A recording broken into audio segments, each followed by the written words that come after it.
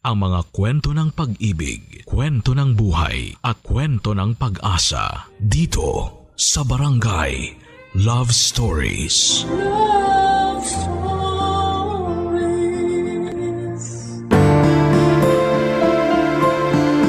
Ang mga nanay natin ang mga taong inaasahan nating magpoprotekta at mag-aalaga sa atin. Sila ang unang tinatakbuhan natin sa oras ng pangangailangan.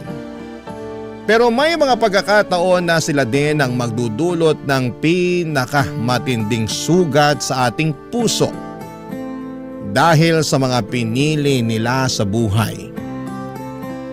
Ikaw, kabarangay, may lakas ka bang patawarin at yakapin ang sakit na kanilang iniwan?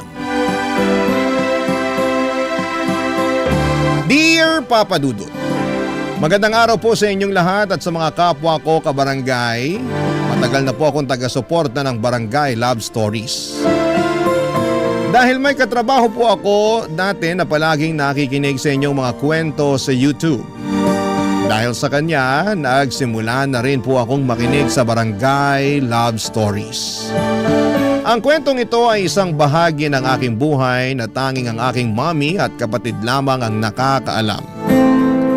Nakasulat po ito sa aking journal at sa pagkakataong ito, napagdesisyonan ko pong ibahagi sa inyo ang ilan sa mga karanasan at aral na natutunan ko sa buhay.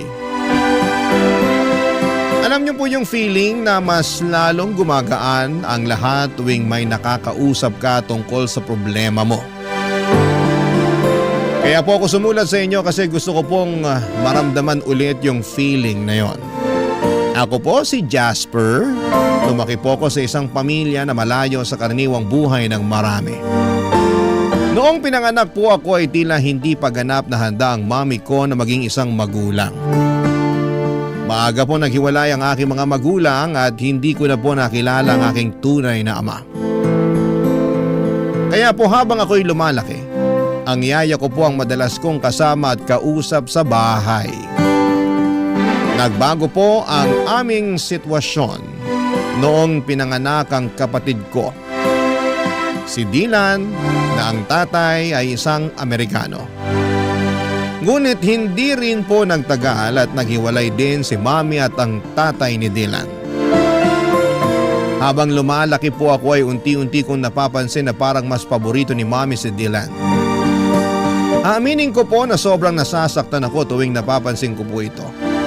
Pero ni minsan, hindi ko po pinagbuhatan ng sama ng loob ang aking half-brother.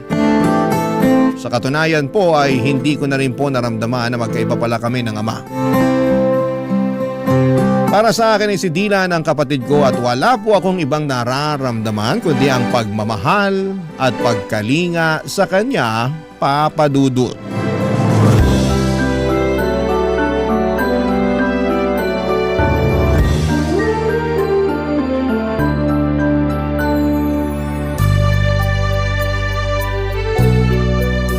Ang tangos talaga ng ilong mo. Sana kahit kalahati man lang bigyan mo ako. Tapos ang puti-puti mo pa. Iba talaga pag may lahing kano. Mukhang naliligo kahit hindi naman talaga naliligo. Huwag mo nga akong simulan, kuya. Nagkakaganyan ka ng dahil lang sa ilong. Okay din naman yung ilong mo ah. Parang isda. Boneless. Ah, ganun ha?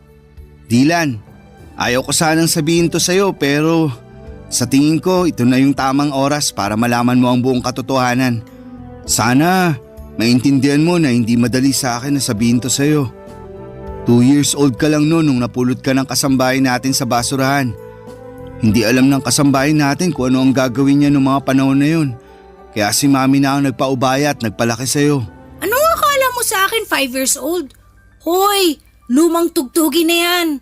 Balikan mo na lang ako pag nakapag-isip ka na ng bago. Eto naman, di na mabiro. Nga pala, asan si mami? Namamalengke ata. Kanina pa wala dito yun. Ang sabihin mo, baka nagbubulakbol. Ang di ko rin kasi maintindihan dito kay mami. Para siyang teenager kung umasta. Kung yung ibang nanay dyan, sobra-sobra yung pag-aalaga at pag-aaruga sa mga anak nila. Tayo naman parating naiiwan sa bahay kasama yung maid. Di ko tuloy maiwasan mainggit dun sa mga kaibigan kong pinaghihigpitan ng mga nanay nila. Naku, bahala ka dyan. Huwag mo akong idamay. Ayokong paghigpitan ako, no?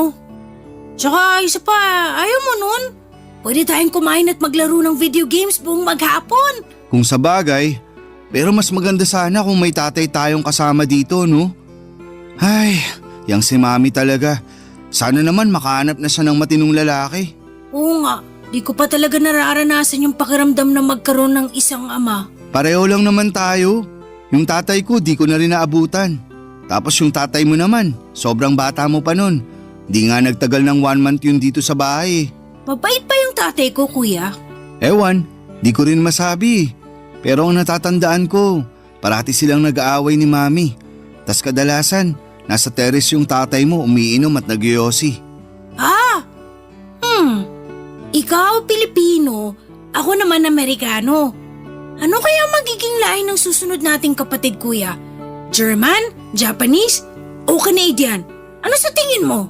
Huy, sana naman di na magkaanak yan si Mami. Hirap na nga siya sa ating dalawa eh. Sa akin nga lang pala siya nahihirapan. Ikaw ang paborito eh. Kumbaga sa internet, ikaw yung naka-bookmark na website. Tas ako yung parang advertisement sa video na pilit sinasara. Grabe ka naman, kuya. Hindi naman siguro. Di mo ba talaga napapansin? O sige ha, nung isang araw, anong kinain mo for breakfast? Bacon. Teka lang, bakit mo naman naitanong yan? Mismo. Nung isang araw, pinagalitan at pinigilan niya ako nung kinuha ko yung bacon sa ref. Sabi niya pa nga sa akin, nagtitipid daw tayo. Pero mukhang ako lang naman tong tinitipid niya. Ikaw naman, kuya. Nagkakaganyan ka ng dahil lang sa bacon? May longganisa naman sa ref eh. Yun na lang ang kainin mo. Ano ka ba? Hindi lang yun. Napapansin ko rin na siya yung palaging kumukuha ng report card mo. Pero yung report card ko, sa maid niya parati pinapaubaya. Hala, baka ampun ka nga. Joke lang. Pero seryoso na to. Pakiramdam ko din na favorite ka ni Mami kasi ikaw tong mukhang foreigner sa ating dalawa. Uy, paano mo naman nasabi yan? Napapansin ko lang kasi na ikaw tong laging binibida niya tuwing kausap niya yung mga kaibigan niya. Tapos kapag pumupunta yung mga kaibigan niya dito sa bahay, ikaw lang yung pinapakilala niya sa kanila. Pakiramdam ko tuloy kung hindi ako ampon. Siguro nakababatang kapatid niya ako. Sa totoo lang, sobrang bigat sa pakiramdam. Kuya talaga? Ba't kung makapagsalita ka parang kasalanan kong lahat? Uy, sorry na. Di ganun ang ibig kong sabihin ha. Pasensya ka na. Masyado lang ako nadala ng mga emosyon ko. At isa pa, yung pagtrato sa akin ni Mami, palagi mong tatandaan na wala kang kasalanan doon, okay? Problema naming dalawa yun ni Mami. Sorry na at ikaw tong napagbubuntungan ko ng sama ng loob. Promise, di ko na ulitin. Last na yon. Talaga? Oo, Walang iwanan ha? Promise? promise. I love you, kuya.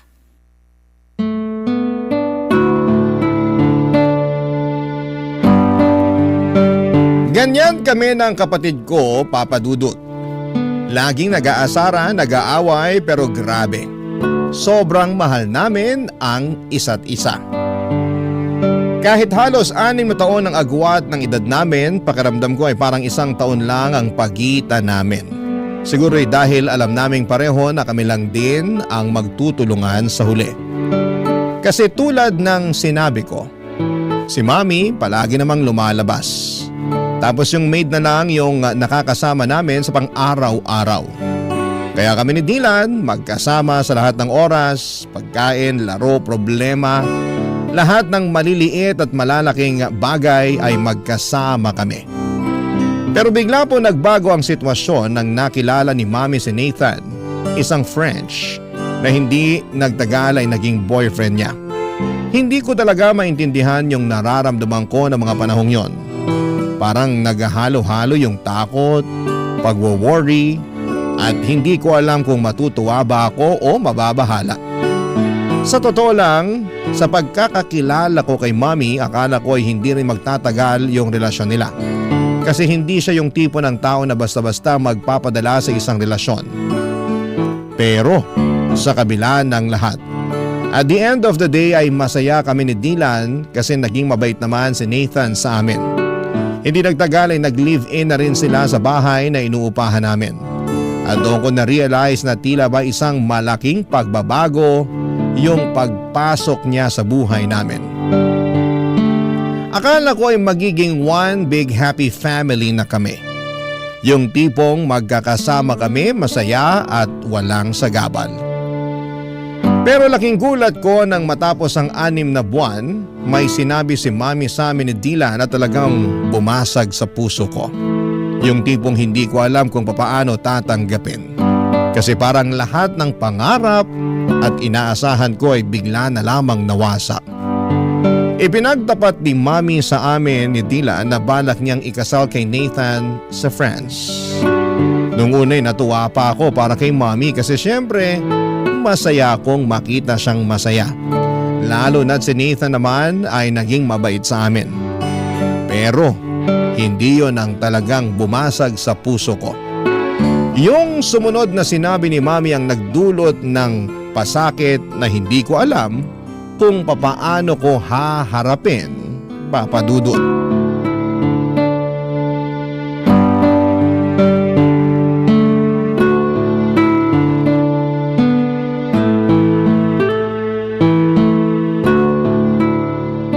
Sige na naman kuya, pahiram na ako ng cellphone mo. Sandali lang. Hindi mo ba nakikita na naglalaro pa ako? Manood ka na muna ng TV dun sa sala. Kanina ka pa naglalaro eh. Okay na yan. May kailangan Mami! tayong pag-usapan. Bakit? Ano po yun? Mukhang seryoso to ah. Patay. Kung may nabasag dito sa bahay, malamang kasalanan ni kuya yan. Basagin ko kaya mukha mo, gusto mo? Tumigil na nga kayong dalawa. Tungkol to sa napag-usapan namin ng Tito Nathan nyo. Bakit po? Magpapakasal na kami. At napagdesisyonan namin na doon na kami sa France magpapakasal. Ibig niyo po bang sabihin, sa ibang bansa na tayo titira? Astig! Sa wakas, makakakita na ako ng snow.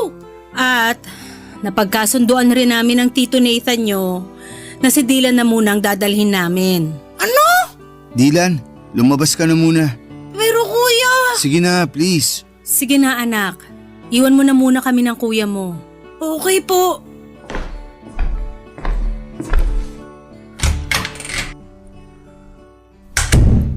Ibig niyong sabihin, iiwan niyo na ako? Jasper, mahal ang cost of living doon. Walang bahay ang Tito Nathan mo sa France. Umuupa lang siya ng apartment doon. Magsisiksikan lang tayo kung isasama ka pa namin. At isa pa, mas makakamura tayo kung dito ka na muna sa Pilipinas mag-aaral. Bakit pakiramdam ko na nagpapalusot lang kayo? Alam ko naman na sa simulat sampul pa lang si Dylan na ang paborito niyong anak. At wala kayong narinig sa akin dahil mahal ko naman yung kapatid ko na yan. Pero di ko akalain na aabot kayo sa puntong paghiwalayin niyo kami. Jasper, wala na akong magagawa. Pinoproseso na ni Tito Nathan ang visa ko pati na rin ang visa ng kapatid mo. At huwag ka mag-alala kasi pumayag na ang lola mo na dun ka muna mag-aaral at titira sa kanya sa probinsya. Sobrang unfair niyo naman po. Alam ko na matagal niyo ng pangarap na maging residente sa ibang bansa. At nabigo kayo nung naghiwalay kayo ng tatay ni Dylan, hindi po ba? Hindi ko rin akalain na ipagpapalit niyo ako para lang sa pangarap mong yan. Ang kapal ng mukha mo? Buwas-bawasan mo yung tabas ng dila mo dahil kung hindi mas malalapad siya nang aabutin mo sa akin. Nakapagdesisyon na kami ng Tito Nathan mo, Jasper. At wala ka nang magagawa doon. Huwag kang mag-alala. Dadalaw kami dito pag naging residente na kami doon. Hindi ka naman pababayaan ng lola mo dito sa Pilipinas. Pero kayo po ni Dylan ang kailangan ko. Hindi niyo ba naiintindihan yun? Ang tigas naman ng puso niyo sa akin. Para niyo na rin pinamukha sa akin na parang kasalanan ko pa na nabuhay ako sa mundong to. Kung ganito lang din naman ang kahinat na ng lahat ng to, sana pala iniwan niyo na lang ako kay Lola nung ipinanganak niyo ako. Bakit niyo ba ako kinupkup kung hindi niyo rin naman pala kayang panindigan? Anong klase kayong ina? Isa pa, Jasper, at tatamaan ka na talaga sa akin. Umayos ka, hindi kita pinalaking bastos. Kung tutusin, hindi niyo naman ako pinalaki, di ba? Buong buhay ko, lagi kayong wala. Ano po ba ang naging kasalanan ko sa inyo para tratuhin niyo ako ng ganito? Kuya? Kuya, ano bang sinabi ni Mami sa'yo? Nagbago ba ang isip niya? Mukhang buo na ang desisyon niya. Kung ganun, hindi ako sasama sa kanila. Dito lang ako sa tabi mo, kuya. Dylan, wag. Ha? Anong ibig mong sabihin? Mas magiging maganda ang buhay at kinabukasan mo pag sumama ka papuntang France. At dun, mararanasan mo na rin ang pakiramdam ng magkaroon ng isang buong pamilya. Kaya ipangako mo sa akin na magpapakabait ka dun ha. Buong pamilya? Anong buong pamilyang pinagsasasabi mo dyan? Hindi ka nga kasama, di ba? Dylan, pinapangako ko sa'yo na magkikita pa tayo. Isipin mo na lang na pareho tayong nagbabakasyon sa ngayon. Susunod ako sa France at magsasama ulit tayo sa isang bubong, promise. Kuya, mamimiss kita. Ako rin.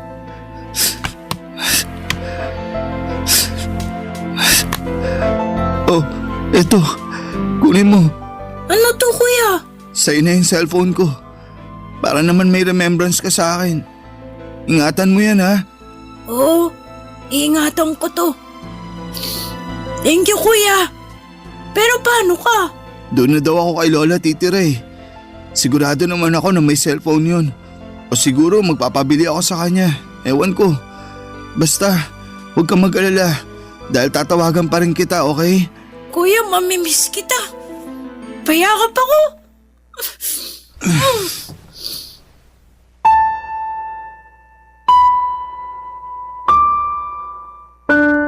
Papadudot, sobrang nasaktan ako sa naging desisyon ng nanay ko. Hindi ko malilimutan yung araw na umalis sila, Mami at yung partner niyang si Nathan at ang kapatid ko papunta sa France. Hindi ko makakalimutan na hindi na ako sumama sa kanila sa airport. At pinili ko na lamang na magtago at hindi na magpakita para kahit papaano ay maibsan yung sakit na nararamdaman ko sa pag-alis nila. Pero kahit na anong gawin ko ay hindi pa rin natanggal yung bigat sa dibdib ko. Noong sumunod na araw, pumunta na ako sa probinsya doon sa lola ko. Doon nagsimula yung depression ko. Naging pasaway ako at aaminin ko na nalulung ako sa mga bisyo at nagkaroon ng matinding depresyon. Pumayat ako dahil halos hindi ko na nararamdaman ang gutom. At naging pabigat na rin po ako kay lola. Halos hindi na rin ako kumakausap ng tao. Kung hindi ako nagbubulakbol, nandun lang ako sa kwarto, nagkukulong at nakikinig sa music. Simula nung umalis si Mami ay hindi ko na rin siya kinausap pa. Galit na galit pa rin ako sa kanya. Gusto ko siyang sumbatan sa lahat ng sakit na nararamdaman ko. Pero pinili ko na lang na manahimik at maglaho na parang bula sa buhay niya. Mas lalo rin akong nasaktan noong hindi rin ako kinausap ng nanay ko simula nang umalis siya. Dahil alam niya siguro na hindi naman ako pababayaan ng lola ko. Pero syempre mas lalo lang nadagdagan ang pagkamuhi ko sa nanay ko. Si Dylan naman, papadudot, ay palagi ko siyang sinusubukang i-contact. Nung unang araw niya sa France ay punong-puno ng messages yung phone ko mula sa kanya. Mga pictures, mga videos na nag-i-enjoy sa bagong buhay niya doon. At parang bahagi ako ng mundo niya. Kahit malayo siya. Pero habang tumatagal ay mas kumonte yung mga mensahe niya. Kung minsan ilang araw na akong hindi makakatanggap kahit isang text mula sa kanya. At yun, hindi ko maiwasang mag-isip na baka nakalimutan na niya ako. Nasaktan ako noon syempre at mahirap tanggapin, pero iniisip ko na lamang na baka abala ako sa bago niyang buhay kasama sina Mami at si Nathan, papadudot. Barangay Love Stories. Barangay Love Stories. Yung empathy ng lola ko ang naging gabay ko, papadudot. Kahit na siguro naging pasakit ako sa kanya, ni minsan ay hindi ko naramdaman at tinataboy ako ni lola. Laging pinaparamdam ni lola na naiintindihan niya ako. Ikinuwento sa akin ni lola na gusto raw akong ipalaglag ni Mami noong ipinagbubuntis pa ako nito, pero siya ang tumutol at ipinaglaban akong ipanganak. Nalaman ko rin na siya ang may gustong lumayo kami ni Mami para lumaki ako sa piling ng tunay kong ina. Pero hindi alam ni Lola na sobrang iba pala ang trato sa akin ni Mami habang lumalaki ako. Masakit mang marinig ang mga revelasyon ni Lola ay hindi ako nawala ng pag-asa.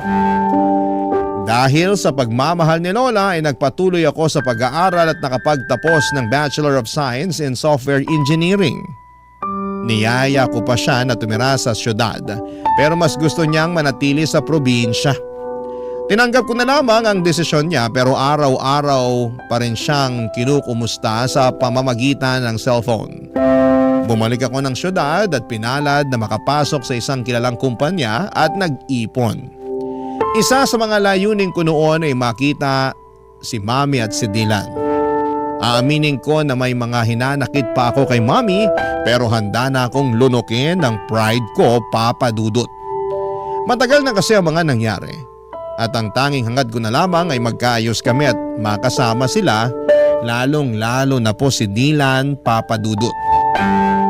Sinubukan kong mag-message kay Dylan pero madalang na lamang talaga siyang mag-reply. Kaya naman nag-decide akong kontakin si Mami sa social media tungkol sa bala kong kumuha ng tourist visa papunta sa France. Nagulat ako sa mainit na pagtanggap niya. Ang sabi niya ay miss na raw niya ako at humingi pa siya ng sorry sa mga pagkukulang niya.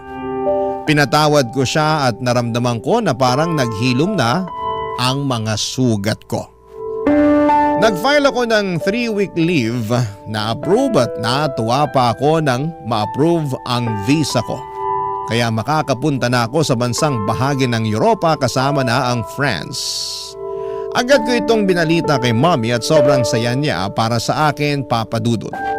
Si Dylan ay hindi pa rin ako nireplyan. Pero sinabi ko na lamang sa sarili ko na mas okay siguro kung magkita na lamang kami ng personal. At dumating na nga ang matagal ko nang hinihintay, Papa Dudut, ang makatungtong sa airport ng France.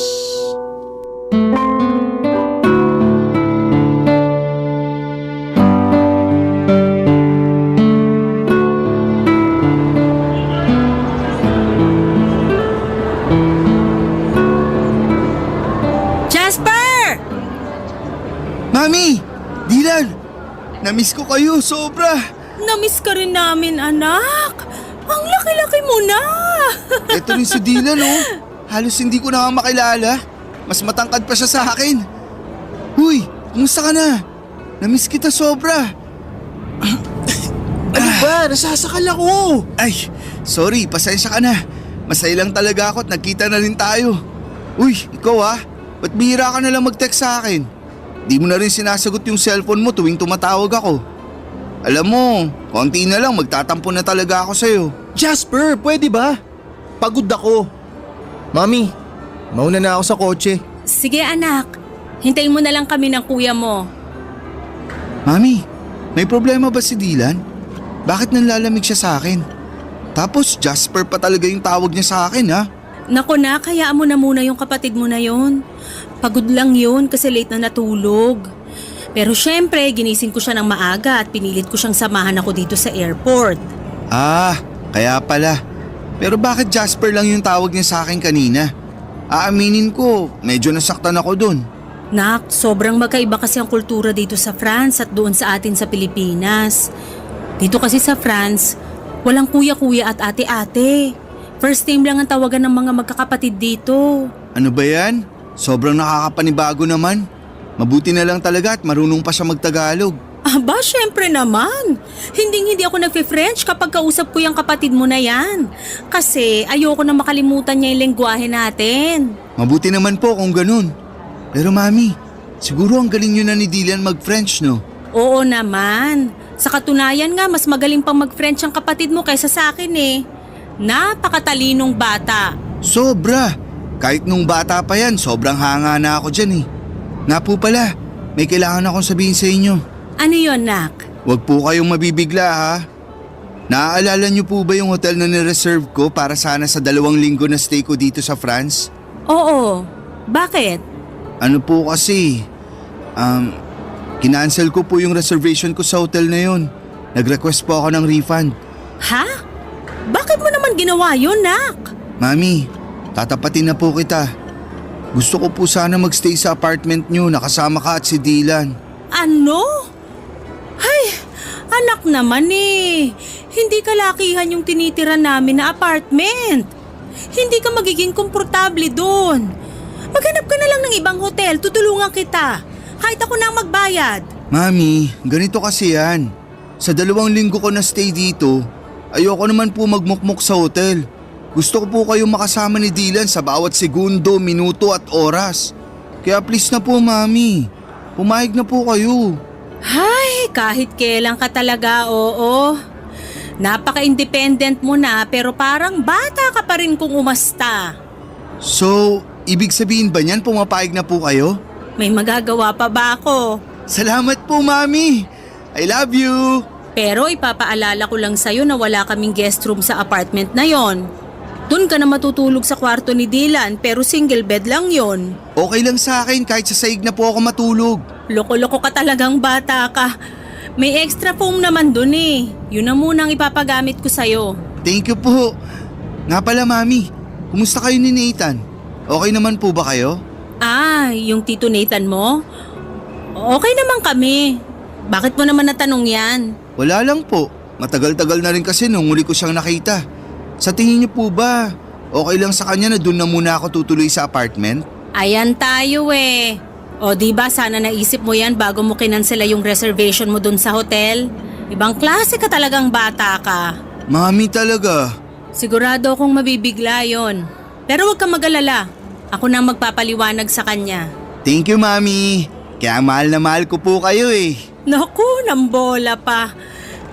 Ah, pero Jasper, kung sakaling may marinig ka na ingay galing sa kwarto namin, huwag mo na lang pansinin, okay? Kasi alam mo naman, buhay mag-asawa, paminsan-minsan may mga hindi pinagkakasunduan. Pero wala namang problema na hindi nasosolusyonan, di ba? Bakit po? Madalas po ba kayo mag-away ni Nathan? Alam mo naman mga French, ang tatapang. Tapos kapag may pinaniniwalaan sila, talagang pinaninindigan nila. Kaya ayan, paminsan-minsan nagtatalo kami dahil sa ugali ng Tito Nathan mo na ganyan. Ah, kaya pala. Mukhang maninibago ako dito ah. Halika na nga, sa bahay na tayo magkwentuhan. Papadudot, tumuloy po ako sa apartment ni na Mami at salamat na lamang at napapayag si Nathan na doon ako tumira ng 2 linggo. Mabuti na rin po at naging okay na kami ni Mami at sobrang nagpapasalamat po ako sa Panginoon dahil sa maayos ang relasyon namin. Pero si Dylan po ay mukhang siya naman po ngayon ang nanlalamig. Hindi na kami masyadong nagkakausap. Kahit nasa isang kwarto lamang kami natutulog. Kadalasan po ay naka-headset lamang siya at tuwing tinatanong ko siya o nakikipag-small talk, parang hindi siya interesado. Minsan nga po ay hindi na niya ako sinasagot ng maayos. Nung una iniisip ko na baka epekto lamang ito ng pagiging dito niya sa France nanirahan. O baka naman dahil sa mga pagtatalo ni Mami at Nathan sa kabilang kwarto. Alam ko po kasi na kahit na hindi nila sinasadya ay malaki ang epekto ng mga ganong bagay, lalo na kapag naririnig ng bata. May mga pagkakataon din na iniisip ko na baka may pinagdadaanan siya na hindi ko pa rin nauunawaan. Sinubukan ko pong kausapin siya minsan kung bakit siya nanlalamig. Pero iniiwasan lamang po niya ako. Hindi ko na po siya pinipilit, baka lalo lang po siyang magtampo o magalit. Naintindihan ko naman po na may mga bagay na ayaw pa niyang pag-usapan at baka hindi pa siya handa papadudot. Kahit na ganito siya, hindi po nagbago ang pagmamahal ko sa kanya. Mahal na mahal ko pa rin siya at ginagawa ko po ang lahat para iparamdam sa kanya ang bagay na yon. Kaya noong nagkita kami, ginamit ko po yung pagkakataon para ipakita sa kanya kung gaano ko siya pinapahalagahan. Pinagluluto ko siya ng almusal, binibilhan ng mga bagong gadgets at kung ano-ano pa. Nagpasalamat naman siya pero hanggang doon na lang. Wala na po yung mga asaran at kulitan namin at ako na lang po ang unti-unting nag-a-adjust sa nagbabagong ugali ng kapatid ko. Hanggang isang gabi habang si Dylan ay abala sa computer at ako naman ay naglilinis ng kwarto ay may napansin po kong kakaiba sa likod niya. Manipis po kasi yung suot niyang damit noong araw na yon. Kaya kitang-kita ko na may kakaibang kulay sa likod niya. Dali-dali ko pong inangat ang t-shirt niya at parang nabasag ang puso ko sa mga nakita ko. May mga pasa siya sa katawan niya. Agad akong natigilan at parang may dumaan na bagyong dumurog sa puso ko.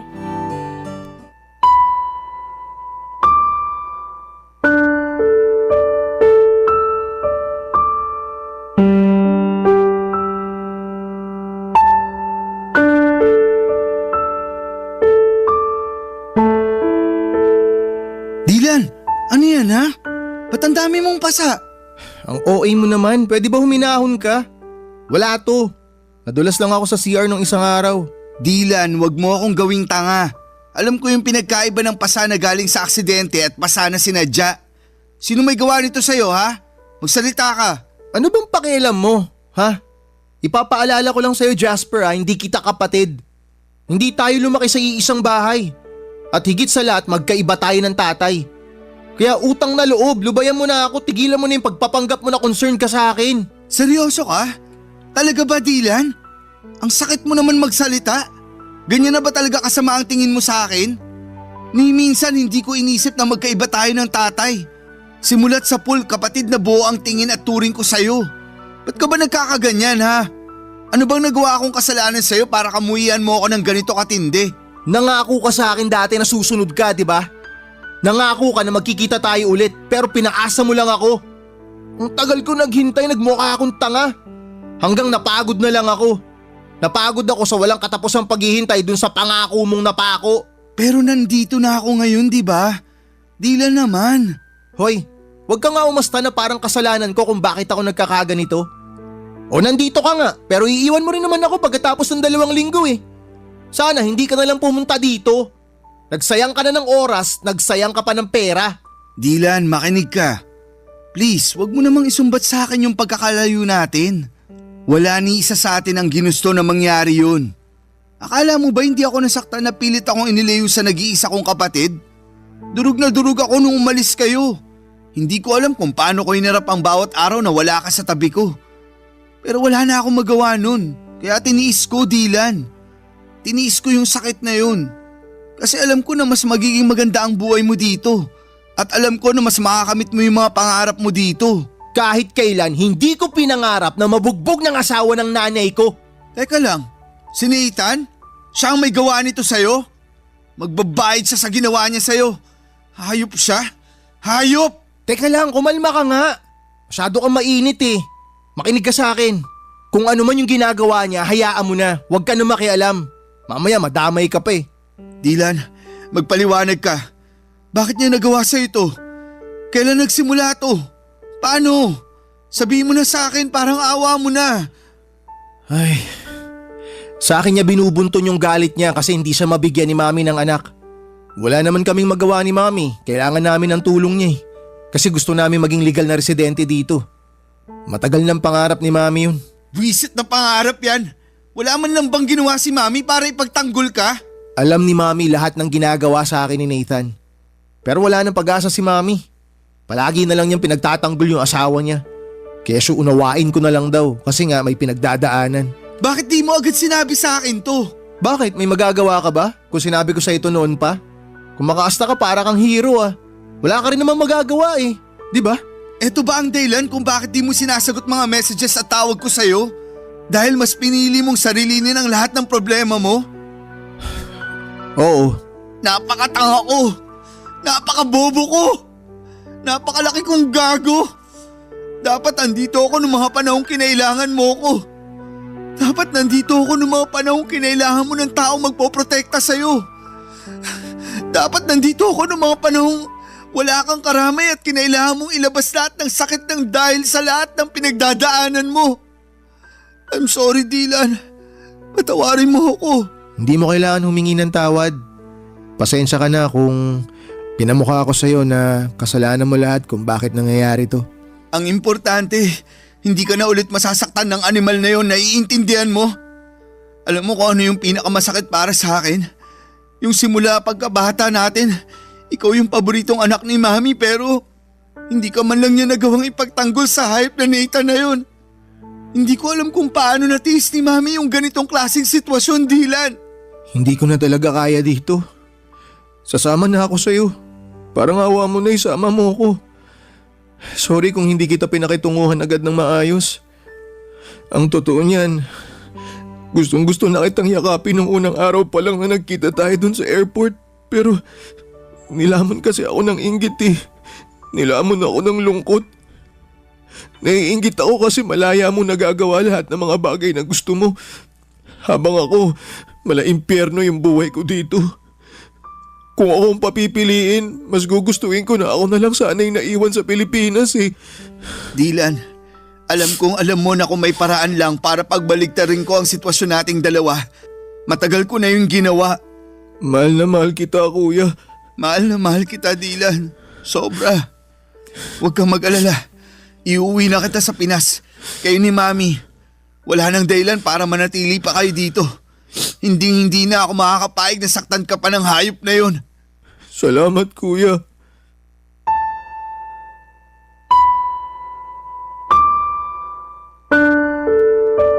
Sobrang gulo ng emosyon ko ng araw na yon, Papa Dudut. Hindi ko alam kung paano ko haharapin ang sinabi ni Dylan sa akin. Kung nung una ay pinapangarap ko pang magtagal sa bakasyon ko sa France, ngayon ay parang ang tanging hangad ko na lamang ay makaalis pabalik ng Pilipinas kasama ang nanay at kapatid ko. Kinausap ko si Mami noon at pinilit kong kumbinsihin siyang bumalik na sa Pilipinas kasama ko, pero tila baga nakatanim na sa isipan niya ang pangarap niyang maging residente ng ibang bansa. Pinagbantan niya rin ako na hindi ko raw pwedeng i-report sa authority ang kalaguyo niya dahil masisira daw lahat ng plano niya. Tinutulan niya ang tulong ko at sa mga mata niya ay parang isang malaking pagkatalo na lamang ang bumalik sa Pilipinas. Sobrang sakit ng pakiramdam ko. Kahit na anong pilit ko ay nagmatigas siya, Papa Dudut. Kitang-kita ko na ang toxic na ang relasyon nila ng asawa niyang Frances. Pero hindi pa rin siya tumitigil sa pangarap na makapagtuloy sa ibang bansa. Ang hirap, Papa Dudut. Ipinaglaban ko si Mami sa paulit-ulit na paraan, subalit sa kanya ay tila wala nang saysayang lahat. Kaya't gumawa ako ng paraan at sa huli ang tanging magagawa ko na lamang ay iligtas at dalhin si Dylan pabalik ng Pilipinas. Pagdating namin sa Pilipinas ay parang isang milagro. Ang dating pagkatao ni Dylan pati na rin ang relasyon namin ay muling nabuhay. Parang ang mga piraso ng aming koneksyon na matagal nang nawalay ay unti-unting nagsimulang magdikit muli. Naramdaman ko ang pagbabalik ng tiwala. Bukas siya sa akin at sa bawat araw ay tila mas nagiging malapit kami sa isa't isa, Papa Dudut. At ngayon dito na rin siya tumitira kasama ko sa kondo na inuupahan ko. Lahat ng mga pangangailangan niya ako na ang nag-aalaga at nag-aasikaso. At si Mami naman kahit nalabag sa puso ko na iwanan siya sa France ay wala po akong magagawa. Pakiramdam ko noon kung patuloy ako magmamatigas at ipagpipilitan ang gusto ko ay baka si Mami na mismo ang magtulak sa akin papalayo at ayoko mawala pa siyang muli. Hindi ko kayang masira pa ang natitira naming relasyon. Kaya kahit na ang sakit ay sinabi ko na lamang sa kanya na tawagan ako kaagad kung umabot na sila sa punto ng pisikala ng asawa niya. Binigay ko na rin sa kanya lahat ng mga phone numbers na mga pwedeng magbigay ng tulong doon kung sakasakali. Papa Dudut, gulong-gulo po ako noon. Para akong naiwan sa gitna ng isang bagyong hindi ko kayang kontrolin. Hindi ko matanggap na nanatili siya sa poder ng lalaking yon. Yung lalaking nanakit sa kapatid ko. Yung lalaking unti-unting tinatanggal ang kanyang peace of mind. Sobrang hirap at sa kabila ng lahat ng mga nangyari, parang hindi ko kayang tanggapin na patuloy niyang pinipili ang lalaking yon. Parang isang sugat na hindi mo kayang hilumin. Isang pighati na paulit-ulit na bumabalik. Barangay Love Stories. Barangay Love Stories. Papa Dudut, naging maayos naman po ang buhay ni Dylan dito sa Pilipinas. Lalo na at magkasama kami. Maliit lang ang inuupahan kong kondo pero komportable at magaan sa pakiramdam. Natustusan ko naman ang mga pangangailangan namin at sa bawat araw ay natututo rin si Dylan sa pag-a-adjust sa simpleng buhay dito sa Pilipinas. Ako na rin ang nag-aasikaso sa lahat ng papeles ni Dylan para makapag-stay siya ng maayos dito at higit sa lahat ay pinili kong ipagpatuloy ang kanyang edukasyon dito sa Pilipinas. Papadudot, masaya ako na naging mapayapa ang buhay namin kahit sa simpleng paraan. Ang mga maliliit na bagay na dating hindi namin binibigyang halaga, mga magaan na araw, tahimik na gabi ay ngayon ay nagiging malalaking bagay para sa amin. Ngunit sa kabila ng lahat ng ito, hindi pa rin nawawala ang matinding pagwo-worry namin kay Mommy, lalo na si Dylan. Paminsan-minsan ay binabangungot pa siya, parang ang mga masasakit na alaala mula sa France ay patuloy na bumabalik, Papa Dudut.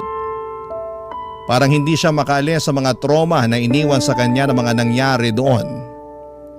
Minsan ramdam ko ang takot sa mga mata ni Dylan at sobra siyang nagwo-worry sa kalagayan ng nanay namin. Hindi rin ako nakaligtas sa mga alalahaning yon. Pareho kami ng mga nararamdaman, yung bigat sa puso, yung takot na baka may mangyaring masama kay Mommy o kaya'y lalo siyang mapahamak, Papa Dudut. Ilang gabi rin ang lumipas na hindi ko maiwasang sisihin ang sarili ko. Sana'y mas pinilit ko si Mommy na bumalik sa Pilipinas kasama namin. Hanggang ngayon ay hindi ko pa rin mapatawad ang sarili ko sa desisyon kong iwanan siya doon. Marami akong tanong sa isipan ko kung sana'y mas pinilit ko pa siya, kung sana ay hindi ko siya iniwan, baka hindi na siya lumubog pa sa ganitong sitwasyon. Pero sa kabila ng lahat, Papa Dudut, ng pag-aalala at pagdududa, may mga bagay na kailangan ko ring tanggapin. Minsan, hindi mo kayang baguhin ang mga desisyon ng ibang tao. Lalo na kung ang pinipili nilang landas ay iba sa'yo.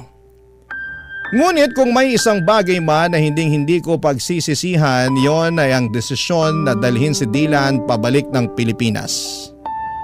Siyang naging dahilan kung bakit mas nagkaroon ng pag-asa akong maramdaman na natutulungan ko siya at magbagong buhay. Sa kanya ko nahanap ang lakas na magpatuloy at hindi ko kayang isiping wala siya sa tabi ko. Lalo na sa mga panahong kailangan ko ng gabay at suporta. Mas ligtas siya sa akin dito at mas magaan ang pakiramdam ko na magkasama kami. Ang mga gabi namin ngayon ay tahimik, puno ng simpleng kaligayahan at mas kontento kami sa buhay, Papa Dudut.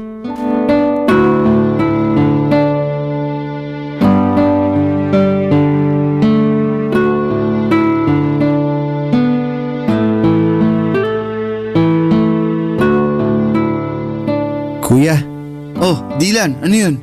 salamat talaga. Hindi ka nagdalawang isip na isama ako pabalik dito sa Pilipinas. Sobrang pasalamat ko lang talaga at malaki pa yung natitirang pera sa savings ko noong mga panahon na yun. Dahil doon, nakabili ako kaagad ng ticket mo papunta dito. Nabawasan pa tuloy yung savings mo dahil sa akin. Pasensya ka na talaga ha. Dylan, yan ang wag na wag mong iisipin. Yung pera, pwede ko ulit kitain yan. Pero hindi ko na mapapatawad ang sarili ko kung may mangyari pang masama sa'yo doon. Ang bait mo talaga kuya. Pero wag masyado ha. Baka kunin ka na ni San Pedro. Sira! Nga pala, kumusta pag-aaral mo? Ayun, okay naman. Medyo nakakapanibago lang ng konti kasi nga magkaiba yung educational system dito sa Pilipinas dun sa France. Pero huwag kang mag-alala. Makaka-adjust din ako dito. Ikaw pa ba? Mas matalino ka pa nga sa akin eh. Kayang-kaya mo yan, sure yan. Sana nga. Ay, Uy, mukhang may iniisip ka ah. Anong problema? Okay ka lang? si Mami kasi, hindi ko maiwasang hindi mag-alala sa kanya. Okay lang kaya siya dun? Baka sinasaktan na siya ng Nathan na yun. Nag-aalala din ako sa kanya. Pero parati naman kami nagtatawagan at mukhang okay naman siya. Ay, sana lang talaga okay siya ron. Huwag ka nang mag-alala. Alam mo naman si Mami, matapang yun. Hindi yun umuurong sa kahit anong laban. Kuya, mali ba yung naging desisyon ko Ha? Anong ibig mong sabihin? na sumama pabalik sa'yo dito sa Pilipinas? Sobra kasi ako nagigilty. Naiisip ko kasi mas maganda ata kung nagpaiwan na lang ako dun kay Mami. Sana kasama niya pa rin ako hanggang ngayon. Dilan, makinig ka. Wag na wag mong sisisihin ang sarili mo ha? Dahil wala kang ginawang mali. Tama lang yung ginawa mo na umalis sa poder nila. Ito ang lagi mong tatandaan. Hindi mo kailanman kailangang tiisin ang pang-aabuso ng isang tao sa'yo. Kung may choice ka para takasan at iwanan ang ganong klaseng sitwasyon, lagi mong pipiliin ang choice na yon. Naiintindihan mo ba yon? Si Mami ang mali dito, Dilan. Siya ang may kailangang baguhin. Kailangan niyang matutunang respetuhin ang sarili niya. At kailanman, hindi ko maiintindihan kung bakit tinitiis siya ang lahat ng yun. Lahat ng sakit at lahat ng pang-aabuso. Para lang maging legal siya na residente. O teka kuya, kalma ka lang.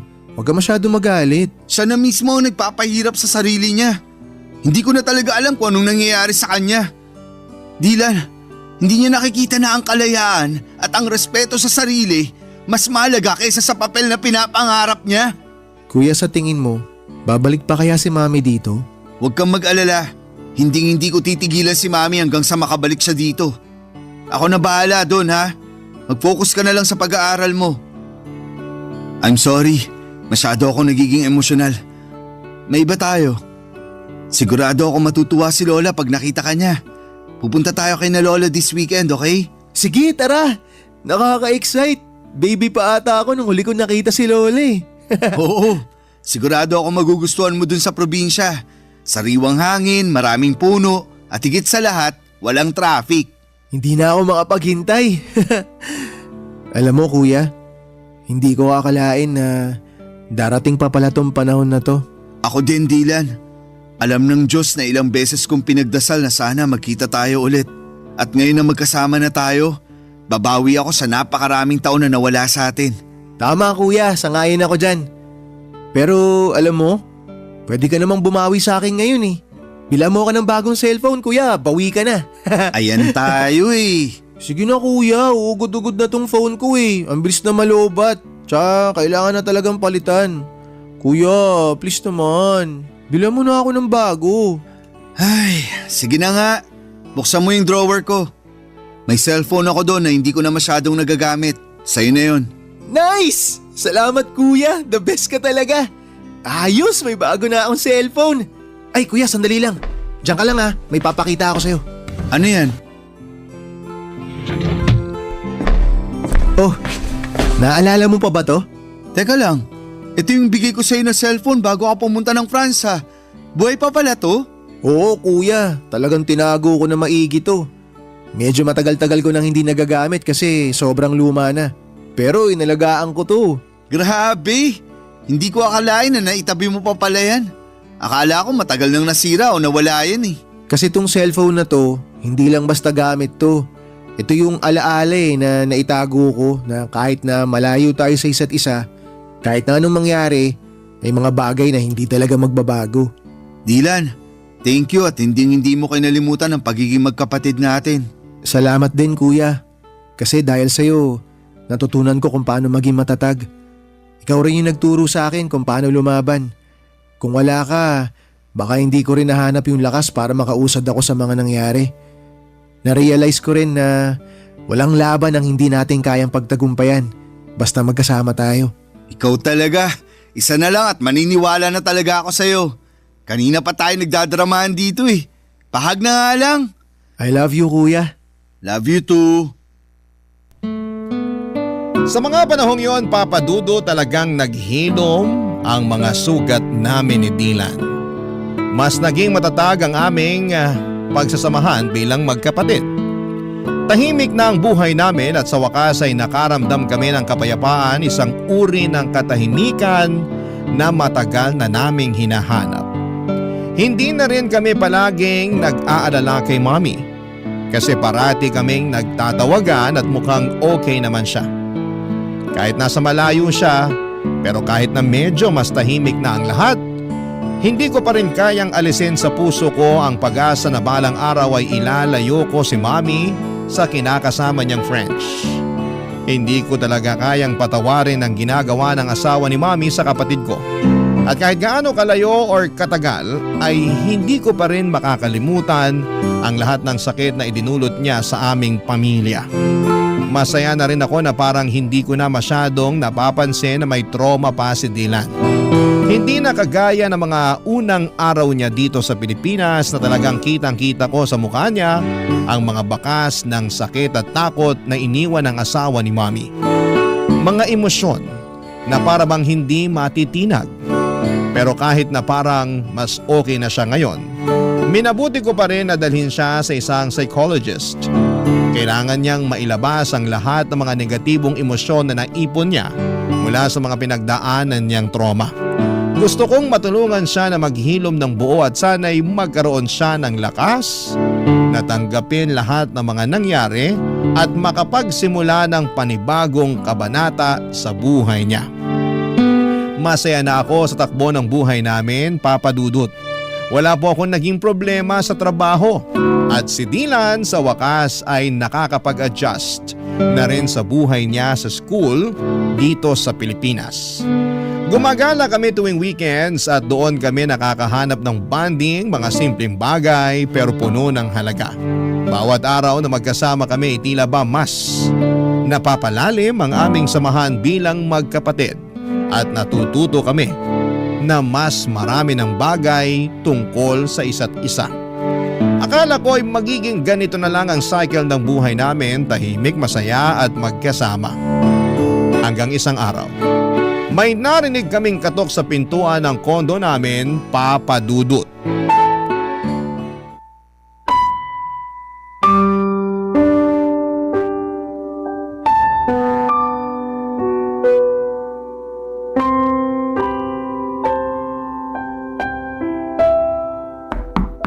Sandali lang! Mami? Mga anak! I'm so sorry! I'm so sorry! Ang tagal kong hinintay ang araw na to. Teka, Mami, paano nyo nalaman yung address dito? Binigay sa akin ng lola niyo ang address niyo.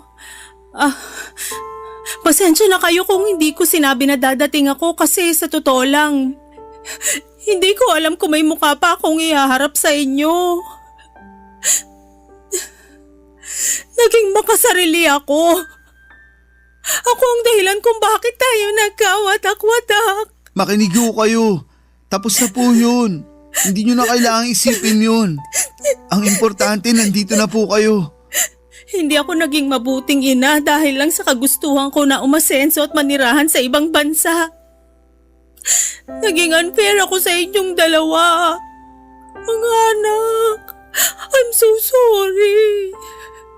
Sising-sisi na ako sa mga naging desisyon ko sa buhay. Mami, wag nyo nang isipin yun. Okay na po tayo. Hindi nyo po alam kung gaano kami kasaya ni Kuya ngayon na nandito na kayo. Tsaka ang mas mahalaga ngayon, Mami, kumpleto tayong tatlo. At mas matatag na tayo ngayon. Tama po si Dylan. Hindi na po tayo magkakaiwalay ulit. Lahat ng pagkakamali ko, lahat ng sakit na naidulot ko sa inyo, parang isang malaking kasalanan na hindi ko na kayang itama. Walang kapatawaran yung ginawa ko sa inyo, mga anak. Mami, napatawad ka na namin ni Kuya. Matagal na. Hindi ko alam kung paano ko mapapalitan yung panahon na nawala sa atin. Pero kung may pagkakataon pa, babawi ako sa inyong dalawa. Ang importante po, narito tayo ngayon at nandiyan kayo sa tabi namin. Hindi na natin may babalik ang nakaraan pero sigurado ako na mas marami pang magagandang bagay na mangyayari. Lalo na ngayon na magkakasama na tayo. Salamat mga anak. Hindi ko alam kung anong ginawa ko para maging deserving pa ako ng pagmamahal nyo. Pero sobrang nagpapasalamat ako na may pagkakataon pa akong magbago at maayos ang lahat. Sobrang bigat ng kasalanan ko sa inyong dalawa. Mami, mahal na mahal ka po namin. Dylan, nagbulag-bulagan ako sa mga ginawang kahayupan sa iyo ni Nathan dahil lang sa pagmamahal ko sa kanya at sa kagustuhan ko na maging legal na residente. Naging impyerno ang buhay mo dahil hinayaan ko siya sa mga ginawa niyang kawalangyaan sa iyo, anak. Hindi mo deserve lahat ng nangyari sa iyo. I'm so sorry. Mami, aaminin ko po. Sobra ako nasaktan nang malaman ko na sinasaktan ni Nathan si Dylan. Akala ko po kasi noon, mas magiging ligtas si Dylan sa inyo. Lalo na't siya yung paborito niyong anak kahit noon pa man. Huwag niyo po sanang mamasamain pero wala naman pong problema sa akin kung siya ang paborito niyo. Ang sa akin lang po, sana pinrotektahan niyo siya laban sa hayop na yun. Pero sa sobrang dami na nang nangyari, hindi ko na po kayang magtanim ng sama ng loob laban sa inyo. Masaya lang po ako ngayon at ligtas kayo. Jasper, sobrang laki ng kasalanan ko sa iyo, anak. Nagkulang ako bilang nanay mo at hindi ko naparamdam sa iyo yung pagmamahal na karapat dapat mong matanggap mula sa isang ina. Anak, maraming salamat dahil sa kabila ng lahat hindi ka nagdalawang isip na tulungan ang kapatid mo. Sobrang nagpapasalamat ako at nilayo mo siya kaagad sa malaimpyernong lugar na yon. Bakit, Mami? Ano nangyari? Nahuli ko si Nathan na ng bababae. Tapos nung kinumpronta ko siya tungkol dito, nagwala siya at muntik na niya akong mapatay. Sinira at binasag niya rin lahat ng mga natitirang gamit sa kwarto ni Dylan.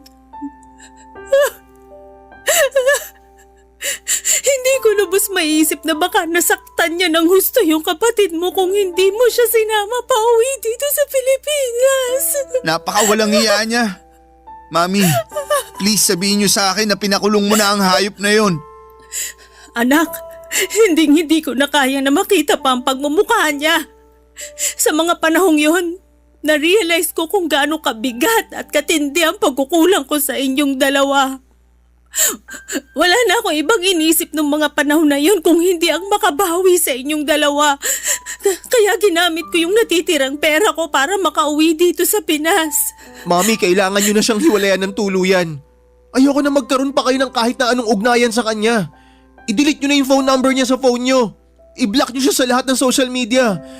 Baka masundan niya tayo dito tapos saktan na naman niya ako. Ayoko na ng ganun, Mami. Hindi ko na kaya. Dylan, makinig ka sa akin. Wala nang mananakit sa'yo dito. Ligtas ka na sa poder namin. Hindi na ako makakapayag na may manakit pa sa'yo. Anak, makinig ka sa kuya mo. Hindi ka namin pababayaan. Mamamatay muna ako bago ka pa niya masaktan uli. Naiintindihan mo ba yon?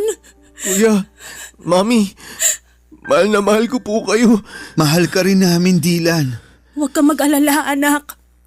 Magbabago na ang lahat simula sa araw na to. Hindi na tayo maghihiwalay.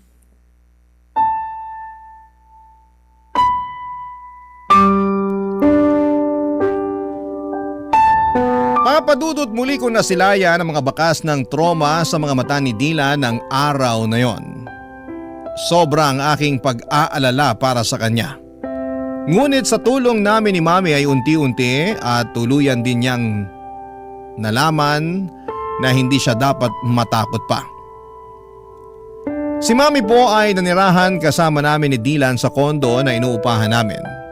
Habang ako ay patuloy sa aking trabaho bilang isang software engineer, si Dylan ay nagsusumika pa rin sa kanyang pag-aaral. At si Mami naman ay nagsimula ng magtrabaho bilang hotel receptionist. Nagtutulungan kami ngayon ni Mommy sa mga gastusin at bills at sobrang saya ko po na kahit na hindi na ako bata ay nakakapiling ko pa rin siya sa araw-araw. Naging maayos naman ang takbo ng buhay namin hanggang sa isang araw.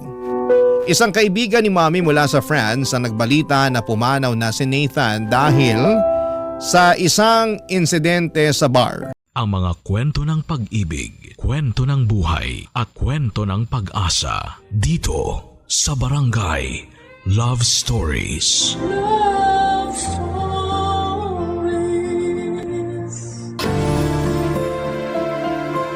Masarap maghanap buhay kung ang kinikita ay bunga ng pinagpaguran mo. Ngunit kung ang halagang hawak mo ay mula sa panloloko, asahan din ang karmang maaaring dumapo sa iyo. Ikaw kabarangay, ano sa tingin mo ang karma ng ganitong klase ng tao? Dear Papa Dudut, mapagpalang araw po sa inyo at sa lahat ng bumubuo ng Barangay LS.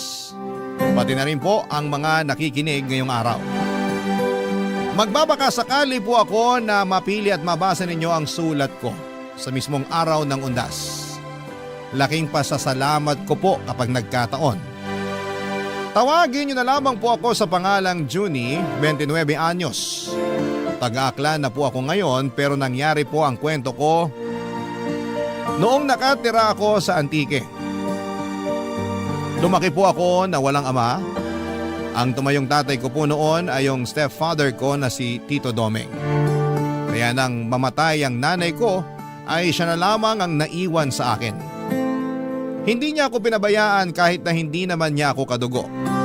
Aminin ko po agad sa inyo na matatakotin po akong tao. Madali akong magulat at nagbubutil-butil po talaga ang pawis ko kapag nakakaramdam ako ng takot. Mula pagkabata po kasi ay nakakakita ako ng mga ligaw na kaluluwa. Malakas din ang pakiramdam ko tuwing may kakaibang elemento sa paligid ko. Laki ako sa probinsya at marami ng kababalaghan ang naranasan ko na hindi ko pa nakikwento sa iba. Wala rin akong pinagsabihan noon na nakakakita ako ng mga ligaw na kaluluwa. Pero isa lang ang nasiguro ko noon. Bukas ang third eye ko kaya nakikita ko sila. Hindi yun naging madali sa akin dahil madalas akong nasasabihan na maluwag ang tornilyo. Masakit po para sa aking masabihan ng ganon dahil hindi ko naman ginustong magkaroon ng ganitong kakayahan. Kaya naman tuwing natatakot ako ay tinutumbasan ko na lamang yon ng dasan. Hindi naman ako araw-araw nakakaranas ng kababalaghan pero tuwing nakakakita ako ng isang ligaw na kaluluwa ay binabangungot po ako, Papa Dudut. At noong malaman ni Tito Domeng ang tungkol sa kakayahan ko ay ginamit niya ako sa panggagamot niya. Marami pa rin po kasi noon sa probinsya yung mga naniniwala sa tradisyonal na manggagamot.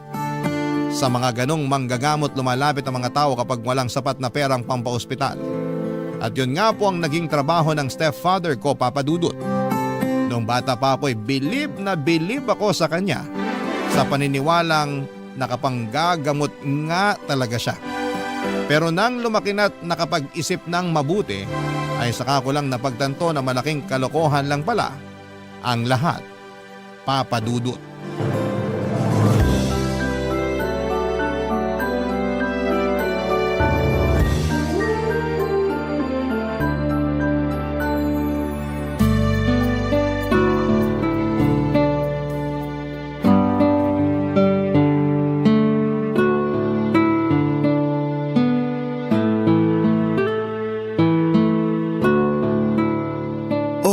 Ba't di pa tayo maandar?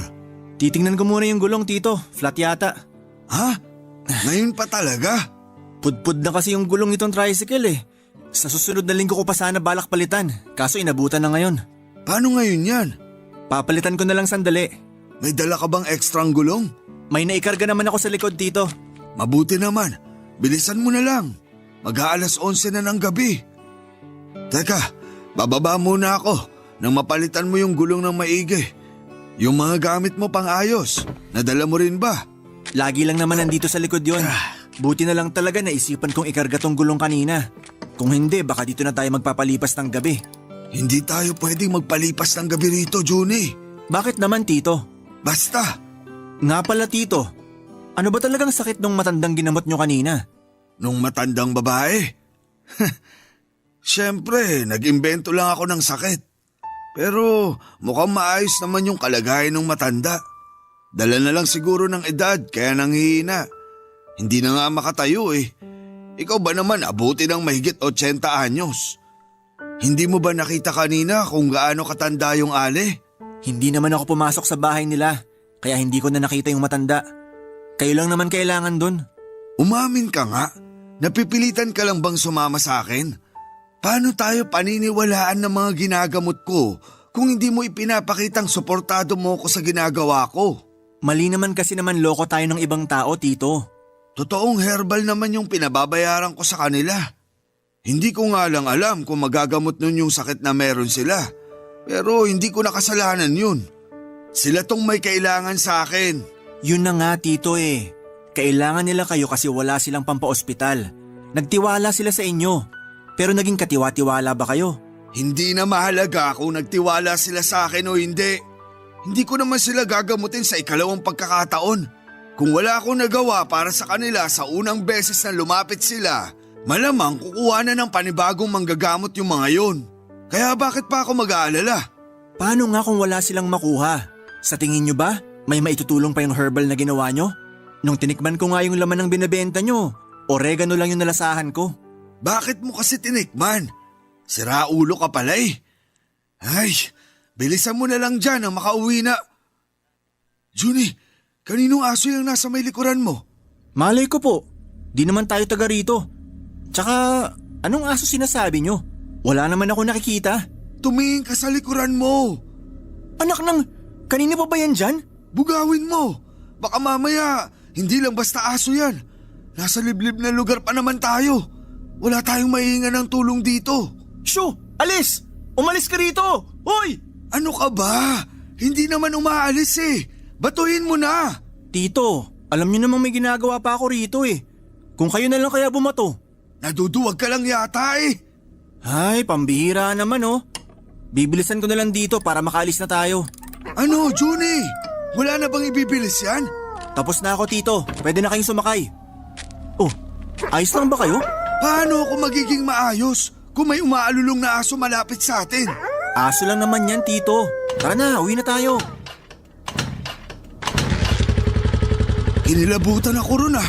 Bakit, Tito? May nakita ba kayo kanina? Wala. Pero nakakatakot kapag sa harapan mo mismo umalulong yung aso. Hindi naman sa inyo nakaharap yung aso kanina habang umaalulong. Kahit na, hindi pa rin maganda yun. Lalo na't hindi naman natin alam kung saan nanggaling yung asong yun. Sandali, alam mo ba kung anong ibig kong sabihin? May naaamoy silang masamang espiritu.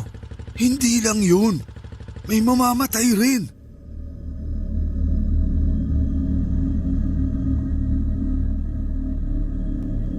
Papadudot kahit nakaramdam ako ng takot ng mga sandaling yon, ay nagpanggap na lamang ako kay Tito na hindi apektado sa mga nangyari. Ang totoo po kasi ay may nakita akong binata, siguro ay mga 18 o 19 years old siya, kung saan mismo nakaharap yung asong kalye.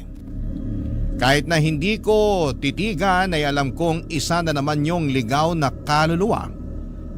Dahil sa aming dalawa ni Tito ay ako lamang ang nakakakita ng mga ganon. May pamahiin kaming pinapaniwalaan tuwing may umaalulong na aso. Meron daw itong nakikitang masamang espiritu o di kaya'y may mamamatay.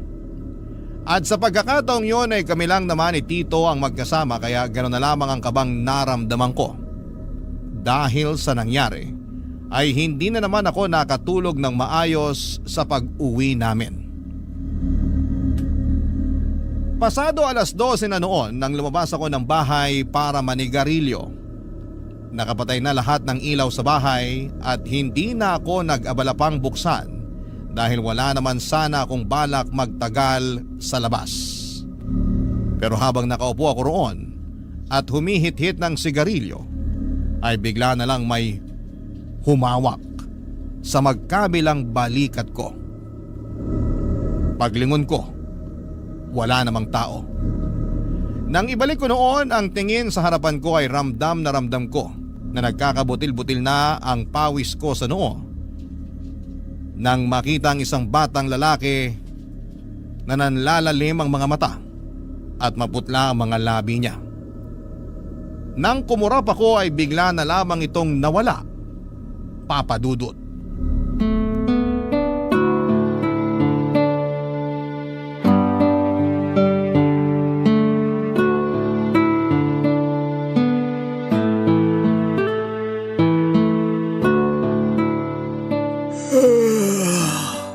Parang antok na antok ka. Hindi ka ba nakatulog ng maayos kagabi? Naalimpungatan kasi ako kagabi. Ang ingay ng mga aso ng kapitbahay. Tahol ng tahol. Hindi naman siguro tayo sinundan nung asong nakita natin kagabi, no? Si Tito talaga. Di makamove on dun sa aso. Huwag niyo na kasing isipin yun. Hindi naman tayo sinundan ng aso. Kung sumunod yun at humabol sa atin, dun kayo matakot. Baka aswang na yun. Oh, bakit tawang-tawa ka dyan? Parang di ka duwag ah. Saka alam mo namang mapamahiin akong tao. At ikaw, alam kong naniniwala ka rin sa multo.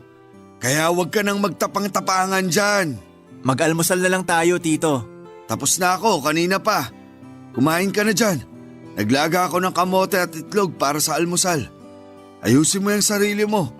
Hindi pwedeng paantok-antok ka sa pupuntahan natin mamaya. Tito, baka naman pwedeng mamasada na lang muna ako. Kayo na lang pumunta ron sa gagamutin nyo. Hindi naman ako kailangan dun eh. Kayang-kaya nyo na yun. Ano? Seryoso ka ba? Hindi pwede. Walang maghahatid sa akin papunta ron. Kung gusto nyo, ihahatid ko na lang kayo. Pero hindi na ako sasama sa inyo sa panggagamot. Bakit? Ayaw mo na ba akong tulungan? Hindi naman sa ganon, Tito. Hindi na kasi kaya na konsensya ko yung ginagawa nyo. Hindi naman talaga kayo nakakapanggamot eh. Yang bibig mo. Baka may makarinig sa'yo. Pwede namang manghilot na lang kayo. Bakit kailangan nyo pang magpanggap bilang manggagamot? Kasi doon ako madaling magkakapera. Maraming taga rito sa atin na naniniwala pa rin sa mga katulad ko. Naghahanap buhay sila, Tito. Bawat halagang binabayad nila sa inyo, pinaghihirapan nila yon. Kaya lumaban naman sana kayo ng patas. Anong lumaban ng patas pinagsasasabi mo dyan? Hindi ba ako lumalaban ng patas? Kung nagtatrabaho sila, nagtatrabaho rin ako. Pinaghihirapan ko rin yung ibinabayad nila sa akin. Alam mo, kaya di ka umaasenso kasi masyado kang madrama sa buhay. Ano sa tingin mo? Pang-drama sa radyo buhay mo? Umayos ka nga. Hindi mo na problema kung paano nila kinita yung pera nila. Ang mahalaga, binabayaran ka. Ganun lang yun. Kung hindi mo titibayin yung sikmura mo, magugutom ka talaga. Maraming paraan para kumita nang hindi ka nanloloko ng mga tao, Tito. Ginusto niyo lang talaga yung ganyang gawain kaya nakasanayan niyo na. Tigilan mo na nga yan. Huwag mo na akong pangaralan. Mag-asikaso ka na. Sasama ka sa akin mamaya. Sabi ko ho, ihahatid ko na lang kayo mamaya. Susunduin ko na lang kayo kapag pauwi na. Tawagan niyo na lang ako. Bakit ba ang tigas ng ulo mo? Kailangan nga kita ron. O sige, sasama ako. Pero magkalinawan po sana tayo. Yun na yung huling beses na sasama ako sa inyo. Kasi sa susunod na pilitin nyo pa akong sumama, mapipilitan na akong sabihin sa mga ginagamot nyo na peke kayong manggagamot. Kung marunong kang tumanaw ng utang na loob, hindi mo gagawin yan sa akin. Pwede naman akong tumanaw ng utang na loob sa ibang paraan. Pero hindi sa gusto nyo, Tito. Kapakanan nyo lang din naman ang iniisip ko eh. Paano kung malaman ng mga nagpapagamot sa inyo na hindi naman talaga nakakatulong yung ginagawa nyo? Paano kung karmahin kayo sa panloloko nyo sa kanila? At yung pinakamalalang pwedeng mangyari, paano kung may mamatay ng dahil sa inyo? At bakit naman may mamamatay ng dahil sa akin? Maiintindihan nyo rin yung sinasabi ko pagdating ng araw, Tito. Pero sana, hindi na tayo umabot sa puntong yon.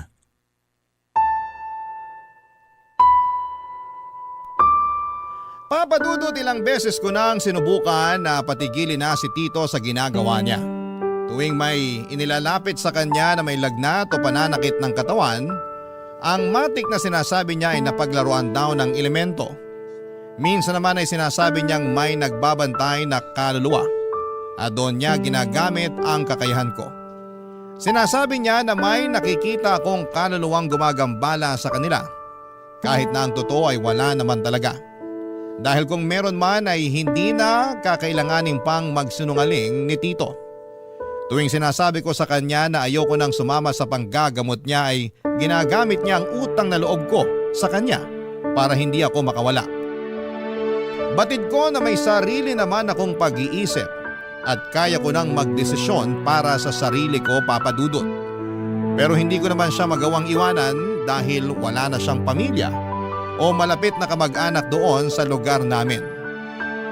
Hanggang isang araw ay hindi ko akalain na aabot na rin si Tito sa puntong pati mga taong malapit sa amin ay biniktima na rin niya para sa pera. Nagkasakit noon, Papa Dudut, ang nanay ng kaibigan ko. Naging magkaklase kami ni Chito noong high school at magkapitbahay lang din kami. Dahil ilang araw nang masama ang lagay ng nanay niya, ay nagpasya na siyang lumapit kay Tito Domeng sa pag-aakalang may maitutulong ito sa kanila para gumaling. Barangay Love Stories. Barangay Love Stories. Papa Dudut, hindi ako kasama ni Tito noong ginagamot niya ang nanay ni Chito. Kahit anong kasing pilit niya ay namasada na lamang ako. Pero bago niya puntahan ang nanay ng kaibigan ko ay sinabihan ko na si Chito na sa ospital na lamang dalhin ang kanyang ina para makasigurado. Pero dahil walang sapat na pera ay nagbaka sakali siya sa kakayahan ni Tito Domeng. Hindi ako mapakali noong araw na yon dahil bukod sa kaibigan ko si Chito ay alam ko namang hirap din sila sa pera. Nang makauwi ako noon ay nalaman ko na nagbayad pala ito ng 500 piso kay Tito Domeng. Tinanong ko siya kung ano ang ginawa niya sa nanay ni Chito at ang sinabi niya lang daw ay may nagambalang elemento ang nanay ng kaibigan ko. Nagbigay lang siya ng pangontra at herbal na hindi naman talaga makakatulong sa kalagayan nito noon.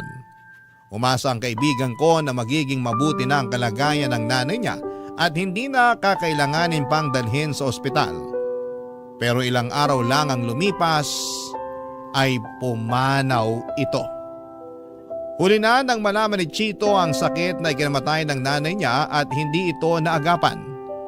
Sinisi niya si Tito Domeng sa panloloko nito sa kanila kaya ang nangyari ay sinugod kami sa bahay, Papa Dudut.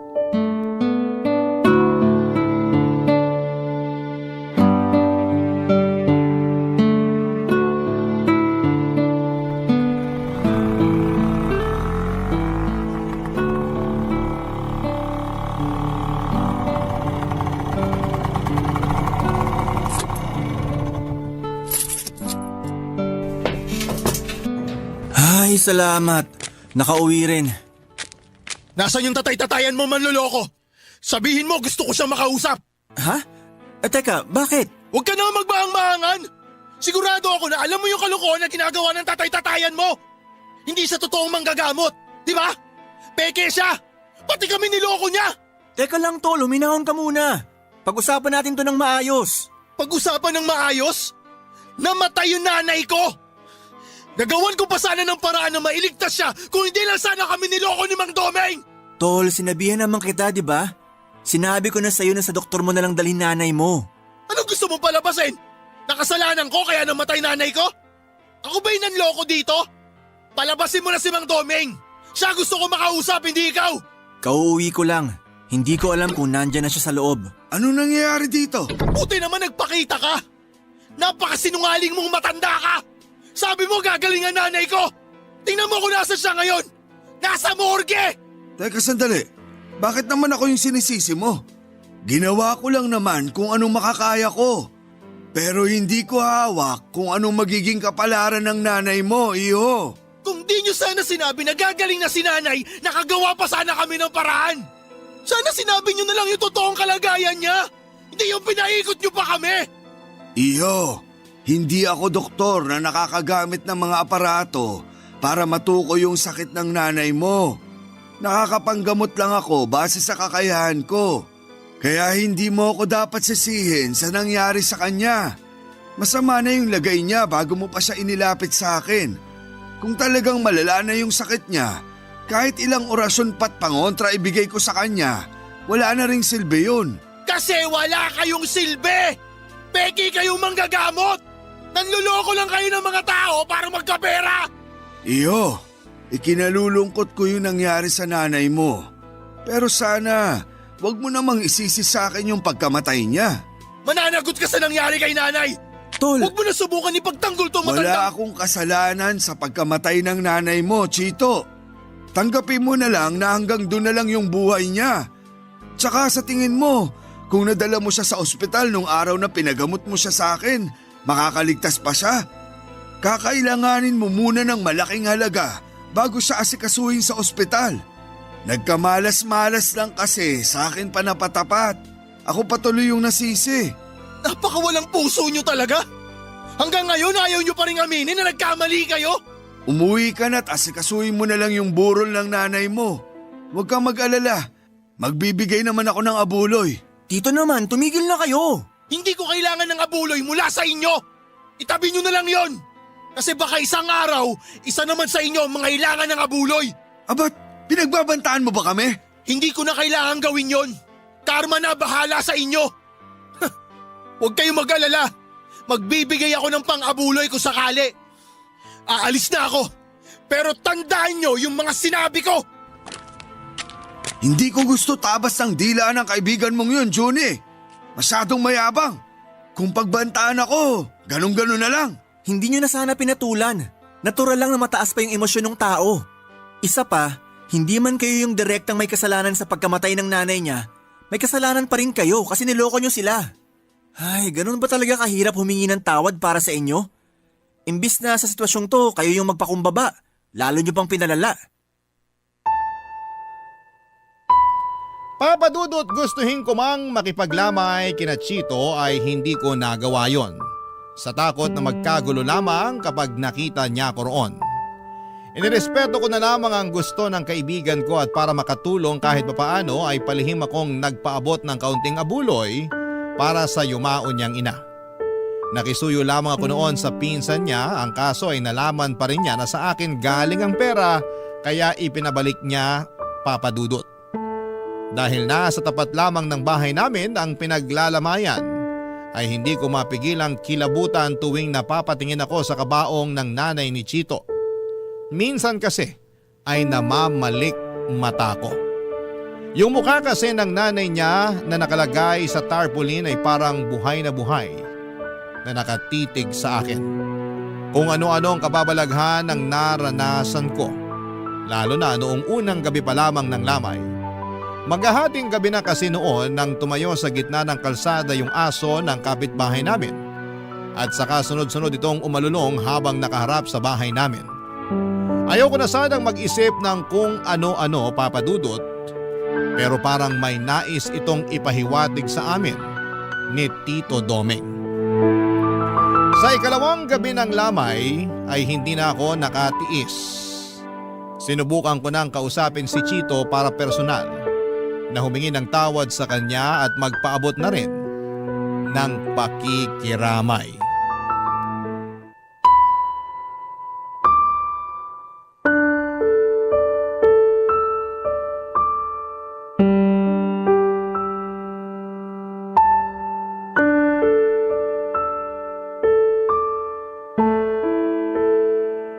Tol, pasensya ka na. Dumiretso na ako rito sa bakuran nyo. Di ba sabi ko sa'yo ayoko makita pagmumukha mo dito? Ano yan? Naghuhugas kamay ka ngayon? Tol, hindi. Gusto ko lang talaga makiramay. May pinagsamahan naman tayo eh. Kung ano man yung nagawa ni Tito, hindi naman ako kasama ron. Pinigilan ko rin naman siya eh. Ikaw rin, pinigilan kita. Ano ngayon gusto mong gawin ko? Pasalamatan ka? Hindi naman sa ganon. Gusto ko lang makiramay, yun lang. Ay, ano pang magagawa ko nandito ka na. Baka gusto mo magkape. May mainit na tubig pa ron sa kusina. Hindi na. Di na ako magkakape. Gusto ko lang talagang sabihin na pasensya ka na talaga. Hanap ka na lang na mauupuan mo. Konti pa lang naman yung tao dito sa lamay. Sige, pero baka kailangan mo rin ng tulong. Kahit tagabigay lang ng kape o biskwit, pwede ako. Huwag ka mag-alala. Hindi naman ako mag-uuwi. Huwag na. Huwag ka na mag-abala. Kaya ko na to. O sige, ikaw bahala. Magkalinawan lang tayo Hindi porket hinahayaan kita rito, pwede na rin pumunta rito yung tatay-tatayan mo. Magkakagulo talaga kami pag nakita ko siya rito. Mukhang hindi naman talaga siya pupunta kung sakali. Tol, pwede ko bang silipin si tita? Pwede naman. Sige, sumilip ka. Grabe, nakakagulat talaga itong nangyari kay tita. Ang lakas-lakas pa niya nung nakaraan. Binibiro pa nga niya ako tuwing nakikita niya akong dumaraan eh. Hindi kasi nagsasabi si nanay na may nararamdaman na pala siya. Sana may nagawa man lang ako para sa kanya. Ayaw lang siguro ni tita na maging pabigat sa'yo, kaya hindi niya sinabi. Ano nga palang sakit niya? Pancreatic cancer. Nakita ko yung itinago ni nanay na papel sa mga gamit niya. Nagpa-check up na pala siya noon pero hindi niya sinasabi sa akin. Pero di ba inaaya mo siyang magpa-check up nitong mga nakaraang buwan nung sinabi mo na may napapansin ka sa kanya? Inaaya ko siya pero ayaw niyang sumama. Hindi niya raw gusto yung amoy ng ospital eh. Ang sabi niya pag nasa loob siya ng ospital para siyang unti-unting pinapatay. Ay, kaya naman pala niya nasabi yun kasi nanggaling na siya ron. Naalala ko yung araw na yun. Maghapon siyang nawala. Tapos ang sabi niya lang, naghahanap siya ng pwedeng pasukan bilang kasambahay. Talagang ayaw niya na nag-aalala ka. Kaya kahit nahihirapan na hindi pa rin nagsasabi. Tama ka. Ayaw niyang mamroblema pa ako sa gastusin. Hindi ko rin kasi alam kung saan ko kukunin yung pera kung sakali. Pero sakit-sakit sa parte ko. Nawala man lang ako nagawa para dugtungan yung buhay ng nanay ko. Kasalanan ko to eh. Kasalanan ko rin kung bakit namatay si nanay. Huwag mo nang sisihin yung sarili mo. Wala na tayong magagawa. Wala na siya eh. Ipagdasal na lang natin yung kaluluwa ni… Tol, bakit? Ang… nanay mo! Nandito siya! Ano? Seryoso ka? Sinabi ko naman sa'yo noon na nakakakita talaga ako ng mga ligaw na kaluluwa, di ba? Huwag ka mag-alala. Hindi kita niloloko. Pero bakit nakikita mo siya rito? Kaya mo ba siyang kausapin? Nakikita ko lang siya. Pero wala akong kakayahan na kausapin siya. Sa tingin mo, galit ba sa akin nanay ko? Hindi ko masasabi. Ha? Namatay yung kandila. Siya ba may gawa nun? Teka, kumalma ka nga. Maraming nakikipaglamay ngayon. Baka matakot mo sila. Paano ako kakalma kung alam ko nandito yung kaluluwa ng nanay ko? Tapos namatay pa yung kandila. Anong ibig sabihin nun? Ipinaparamdam lang niya na nandito siya. Wala naman siyang intensyon na takutin tayo. Nandito pa rin ba siya? Oo. Nasa tabi mo. Tol naman! Huwag mo naman akong takutin ng ganyan. Totoo yung sinasabi ko. Pero hindi mo naman kailangan matakot. Si nanay talaga oh. Mahal na mahal ko naman siya pero wag naman sana siya magparamdam ng ganito. Baka pag nagkataon, dalawa na kaming paglamayan dito.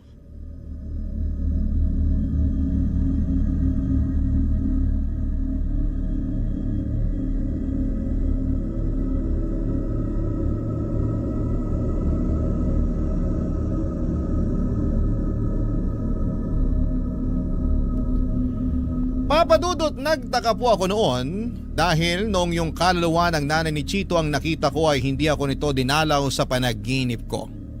Sa katunayan, iyon pa lamang ang unang pagkakataon na nakatulog ako ng maayos matapos makakita ng kaluluwa ng yumao. Tungkol naman kay Tito Doming, kahit nalaman niya na wala na ang nanay ni Chito ay hindi man lang siya humingi ng tawad at hindi pa rin siya tumigil sa panggagamot niya. May iba na namang gumaling sa tulong niya pero yon ay dahil simpleng lagnat lamang talaga ang sakit nila at wala ng sintomas ng iba pang mga sakit. Pero bukod sa nanay ni Chito ay may nabanggit sa akin si Tito na may isa sa mga ginamot niya ang tuluyan ng namaalam. Ang malala doon, hindi pa rin siya nakonsensya sa ginawa niya. Papadudot, hindi ko alam kung bakit napakabigat ng pakiramdam ko nang umuwi sa bahay ni Tito matapos niyang ibalita na namatay yung matanda habang dinadasalan niya. At kaya ginabi siya ng uwi ay dahil may dinaanan pa siyang lamay ng gabing yon. Pagkagaling sa lamay ay diretsyo na agad siya pauwi sa bahay at hindi na naisipang pang magpagpag, dala ng kalasingan.